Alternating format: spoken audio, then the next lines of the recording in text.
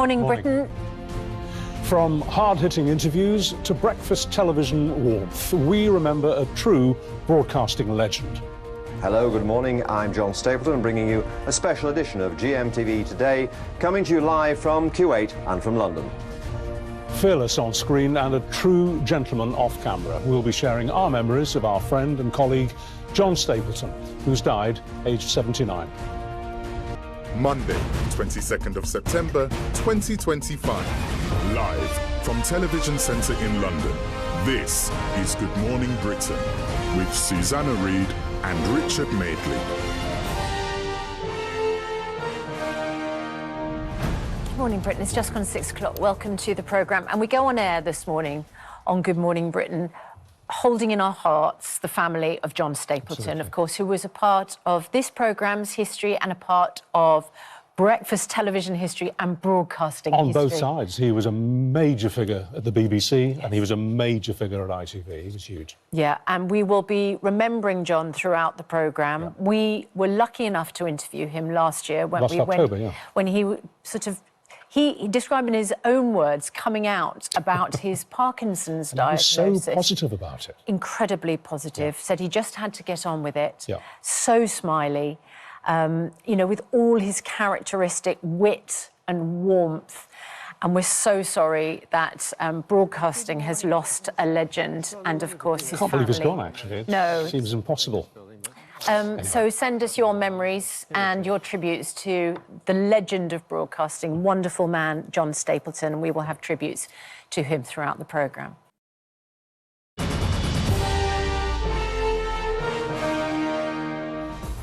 6:23 still to come. We are paying tribute to TV's ultimate gentleman, remembering our friend, colleague and exceptional journalist, John Stapleton.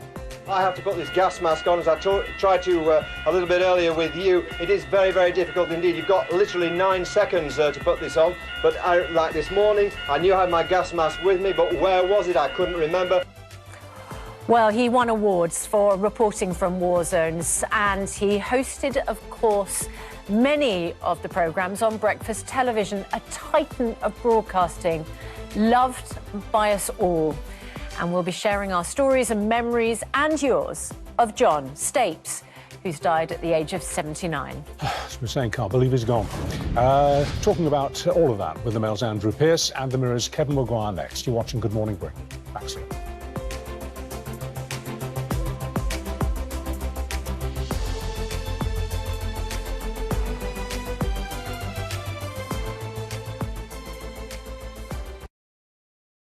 So many people getting in touch. My condolences to all who knew. John says Leslie reunited with his beloved wife, Lynn. DCT, I always enjoyed John's respectful and knowledgeable presenting style. I once encountered him at a City match and he was a thoroughly nice chap. Dr. Roberts says a true journalist who I grew up with via TVAM and GMTV. Fearless yet balanced, warm yet incisive, an ethical broadcaster to the end. What a legacy. And we just saw a glimpse in that section of the interview that we ran here last October of his philosophical attitude to life and death. I bumped into him a few weeks after we did that interview in the corridor. I think he'd come in to talk to Lorraine, actually. And we got chatting outside, and I said, well, how are you? How are you? And I never forgot what he said, and he said it to other people as well. I read the quote yesterday. He said, look, he said, I've had a fantastic life. He said, I've had a wonderful life. He said, I can't complain. Oh. And what a wonderful overarching grip on the realities of life and death. And the glass was always half full, never half empty. And he was a genuine. But I think being such a genuine, lovely bloke is what made him a great broadcaster. Yeah. Rather than being a great broadcaster, made him a lovely, genuine bloke. It was so true. It was him. He was authentic. Yeah. Well, he worked quite closely with Lorraine, and she'll be coming in later this morning to remember him from her perspective. Thank you both very much indeed. We'll talk to you at 9:15. Here's Sean with the rest of the day's news. Susanna, thank you very much indeed. Good morning to you. Journalists and broadcasters have paid tribute to veteran TV presenter John Stapleton, who died yesterday, aged 79. He had been admitted to hospital following complications with pneumonia, according to his agent, and his son and daughter-in-law had been constantly by his side. He was professional. He was clever, he was a brilliant interviewer, He was everything you could possibly want in a co-host. For me, the Stapes that I will hold in my heart is the fun Stapes. Thank you, Laura. Still to come, Richard Arnold's here as we pay tribute to our friend and colleague, journalist John Stapleton. Yes, indeed. Good morning. A legend in broadcasting and a true mentor to my good self and so many of our team. I'll be sharing my own memories of the man who always put himself at the heart of the story next. You're watching Good Morning Britain.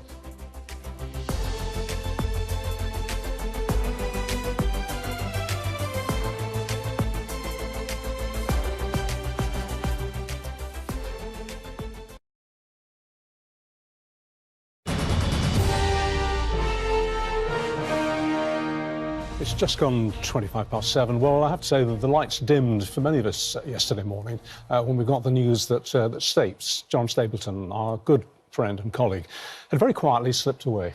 Indeed, yeah, very sad news as we've been reporting this morning as John's death, as you say, Richard, was announced yesterday. Reflected in many of the papers today, John has been referred to as the ultimate gentleman, a fantastic journalist. John started his career in local newspapers before moving to broadcast in the 70s, travelling the world for TVAM, GMTV, Daybreak, as well as for Panorama and Newsnight. I remember him hugely fondly. Obviously, I'd been in his orbit for the best part of about 30 years since I started in the business. My first ever boss, when I left the Fringe Theatre to go into PR, knew John of old from Fleet Street, you know, St Bride's Church, you know, the old stomping ground for all the old journalists back then. And so John sort of took me under his wing because we had that mutual connection. And of course, I found myself in a daily orbit almost when I started out on breakfast television back in 1997. And you always wanted to be with John whenever you were out and about having a bit of a do at an awards do. I'd always sort of be with John because his stories were absolutely phenomenal, and you'd sort of look up in awe at this man who'd obviously seen it all. You learned so much at his knee. In fact, one particular do was so ribald that I remember losing my jacket. Such was the event. But on a personal note, what I loved about John is whatever you brought to the table, and obviously showbiz wouldn't necessarily be his patch, that was my patch. He always respected what you brought to the table. And whenever we'd have a debrief afterwards, he always had the backs for every member of the team, regardless of who they were. And as we know in television, it can be a fraught arc, light and shade, a lot of changes can happen, but he always had the backs of the people, left, right, centre, below stairs, front of stage, anywhere, you know, and he always in the had company the backs of of the players. viewer and the consumer. Oh my goodness me! Of his work when you on flagged those, Watchdog, I know, those campaigns you mentioned earlier in the last hour, alongside his wife Lynn Foldswood. Oh, and Lynn, he would always let me take Lynn for a turn around the dance floor. She used to tear up that floor to Dancing Queen with me whenever we had the opportunity. And you know, when you see the picture of the two of them together, you know, utterly devoted to each other and reunited now on a damp cloud. My thoughts, of course, and all of our thoughts here go to John's son Nick and his family and friends. John, a colleague and friend, sorely missed, but never forgotten. Lorraine will be joining us later, actually, to share her memories and pay tribute to the legend that's John Stapleton as well. That's coming up. Now, in other news, ITV is officially 70 today. Wow, it's been a fabulous 7 decades since the channel first lit up our screens back in 1955. On this very day, 70 years ago, at 7:15 p.m, ITV came to life with an outside broadcast of a dinner from the Guildhall to celebrate ITV's launch. Tonight, 7:15, September 22nd, 1955. We add another sentence to the long history of London. It is our desire and hope in these last dwindling minutes before we pass into the exacting domain of public life, that in the years to come, we may preserve one of the proudest boasts of England, the rights of free speech, fair play, our own particular brand of decency and tolerance, our own particular brand of humour and common sense. ITV of yesterday, I feel 70 stirred. years ago. I do feel slightly roused by that, don't you? Yes. Yes, indeed. You know something? My grandparents, who are farmers in Shropshire, wouldn't watch ITV.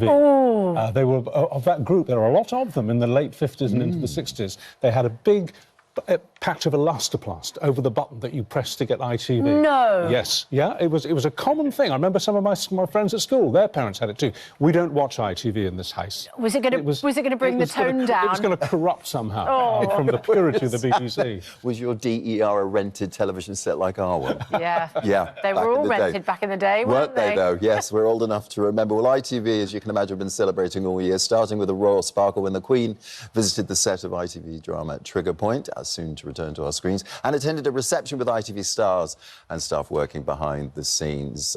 Fingers crossed for another 70 years of ITV. We may yet see it out. Now, I love this bench. Somebody else who loves this bench is my good friend Ben Shepherd. He's on my bench with me. Good morning, Ben. Good morning, Andy. Are you on your way to work? I am. Look, we stopped on our way because we saw you and I said, get me a coffee. There's Tom who's going to be taking me to work imminently. OK. Are you enjoying the view from my bench? No, it's my bench. Why do you like... bench. No, why do you like this bench?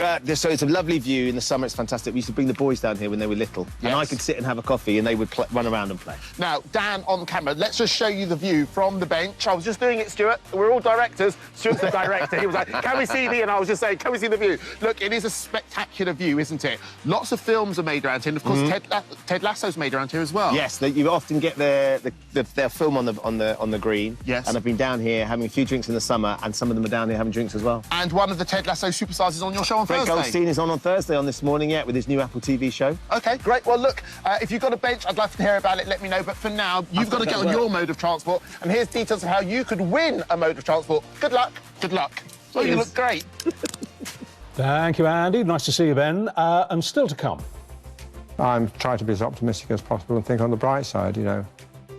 We remember our friend and treasured colleague, John Stapleton, who has died at the age of 79. A titan of broadcasting, reporting from war zones to breakfast television, beloved enough, frankly, to front virtually any programme he chose to. He really could do it all. Lorraine Kelly joins us next to remember and share her fondest memories of John. You're watching Good Morning Britain.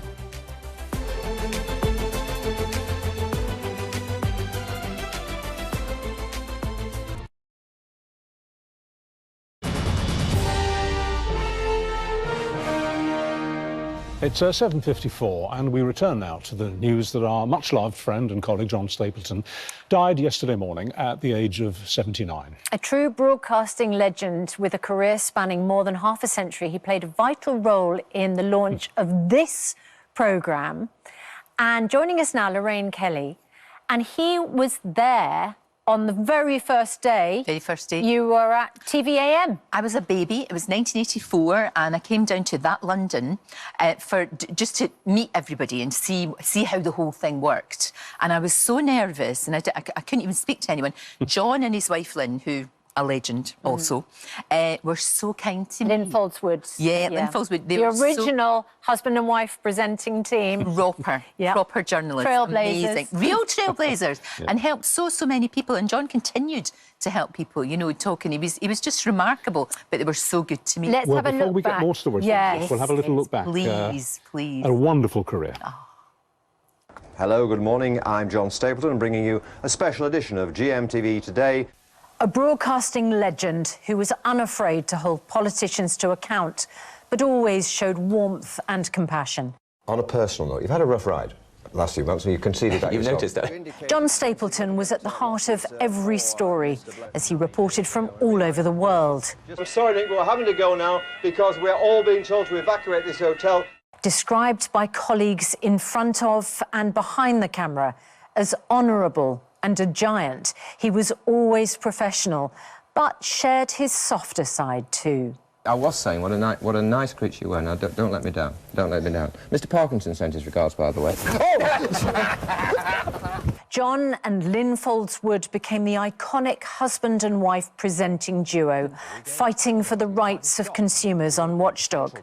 He was also a much-loved member of the ITV daytime family, first on TVAM, then GMTV and Daybreak. From today, television cameras will be allowed to film criminal trials at one of the highest courts in the land. As well as here on Good Morning Britain. Hello, good morning. It's 7 o'clock. Also on the show, we've been asking at what age would you leave your child on their own at home? Even when he himself became the story, revealing his Parkinson's diagnosis, he continued to remain humble and leaves behind a legacy of kindness and a lesson to stay positive. I'm trying to be as optimistic as possible and think on the bright side, you know, make the best of it and lead as normal a life as possible. As long as I can still watch Man City, that's all I care about.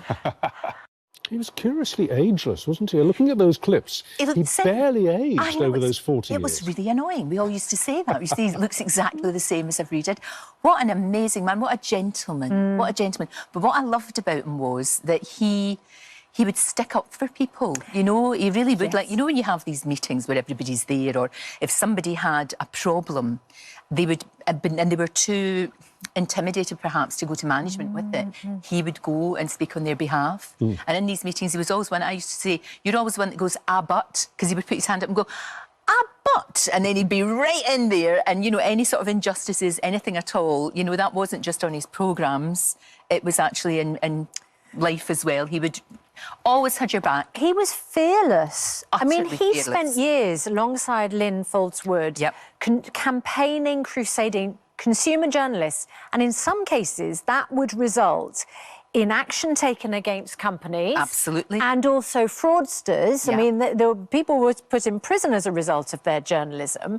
And at one point I was reading, the police had advised that they should wear stab vests. Yeah, I remember. And he just took it in his stride. He just went, you know what, it's the price you pay sometimes for being an investigative journalist. Yeah, and a proper journalist, a real proper journalist. That's the thing, and I don't think you'll see his like again. He's quite remarkable. Even today, lovely Glenn was putting my microphone on, and everybody obviously has got all their anecdotes and remembering him and everything, and she said there was never anybody that said, oh, I didn't really know him.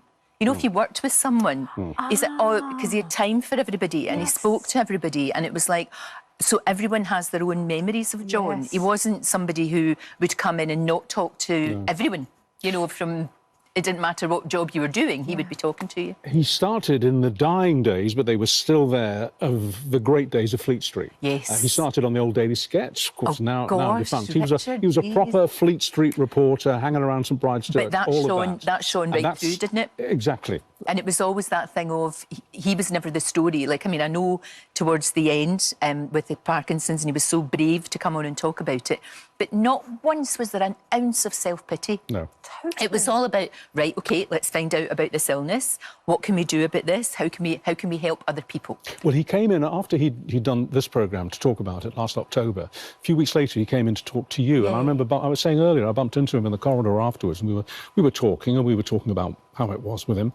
And I do remember him being incredibly philosophical and saying to me, he put his hand on my shoulder and said, Richard, he said, I've had a great life. He said, I can't complain. I know, he said, and isn't that wonderful? In my late 70s, I've had a fabulous time. Isn't that wonderful? And he was funny as well. I mean, you know, we talked about, obviously, his career.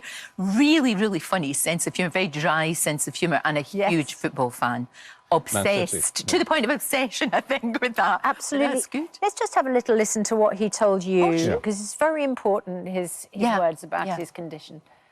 There are loads of people, not just people with Parkinson's, but loads of families all over the country facing the same kind of dilemma and need to talk about these things. That's really... Well, it wasn't just about getting John Stapleton back on the telly. Lovely as it is to be here, darling. Lovely as it is for us. It's like it's the combination of the heavyweight message and the consideration for anyone else in his condition. Exactly. But with his wit. I know. It was of wit and wisdom. So funny. And also, it's great that his son Nick has picked up the torch. You know, he's doing amazing things. He's doing brilliant consumer shows, and it's important. I think it's more important than ever. That we have that sort of journalist, that you know, that his values and his philosophy and all of what made John, you know, he's passed that on to everyone. He's a great mentor. You know, he taught people a lot. Taught me an awful lot. It's good to hear as well that he had a peaceful passing. Yes, which is very good to hear. He was a completely nerveless broadcaster, wasn't he? I never saw him. You could throw anything at him, Richard. Anything you could throw at him at all. And he always had the newspapers with him when he was doing a live, just in case things went awry.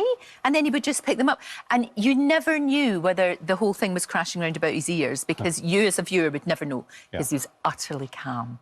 And brilliant and sadly genuinely will. It's a phrase often used, but it's true. We will not see his life. You won't. You absolutely won't. No. And our love to his family. God bless you, John. Friends. Thank you, Very much Lorraine. so. Thanks for coming in, Lorraine. Have a good show later. Although 8:05. Here's Sean with the rest of the day's news. Susanna, thank you very much indeed. Good morning to you. Journalists and broadcasters have paid tribute to veteran TV presenter John Stapleton, who died yesterday, aged 79. He had been admitted to hospital following complications with pneumonia, according to his agent, and his son and daughter-in-law had been constantly by his side. Liz Summers looks back on his career spanning more than half a century. Hello, good morning. He was a broadcasting giant, a warm and familiar face on our screens for more than 5 decades. John Stapleton began his career in newspapers before going on to present shows including the BBC's Panorama, Newsnight and Watchdog with his wife Lynn Foldswood. He also commanded respect on ITV's The Time, The Place, The Newshour and Good Morning Britain. In 2004, he was named the Royal Television Society's Presenter of the Year for his work on the Iraq War. The veteran broadcaster revealed his Parkinson's diagnosis last October. The response of the public since this was announced on Monday has been absolutely overwhelming. I've spent the last 2 days doing nothing but answering calls and messages, lovely messages from people. Very flattering too, some of them, you know, to the point where I thought they've got the wrong guy, they're mixing up with someone else. Posting on Instagram, John's son Nick said Dad had got very, very unwell. He wasn't happy living his life as it was with Parkinson's. That's the truth. It turns out he got what he wanted, to leave us on his terms without suffering. In a tribute on X, Manchester City said John was a passionate City supporter and a regular at the Etihad Stadium. He will be missed. I'm Penny Smith and I've got a new partner. Those who worked with John describe him as a brilliant broadcaster and a lovely human being. He was professional, he was clever, he was a brilliant interviewer, he was everything you could possibly want in a co-host. For me, the Stapes that I will hold in my heart is the fun Stapes. John's son said he was just a very loving, unbelievably generous man.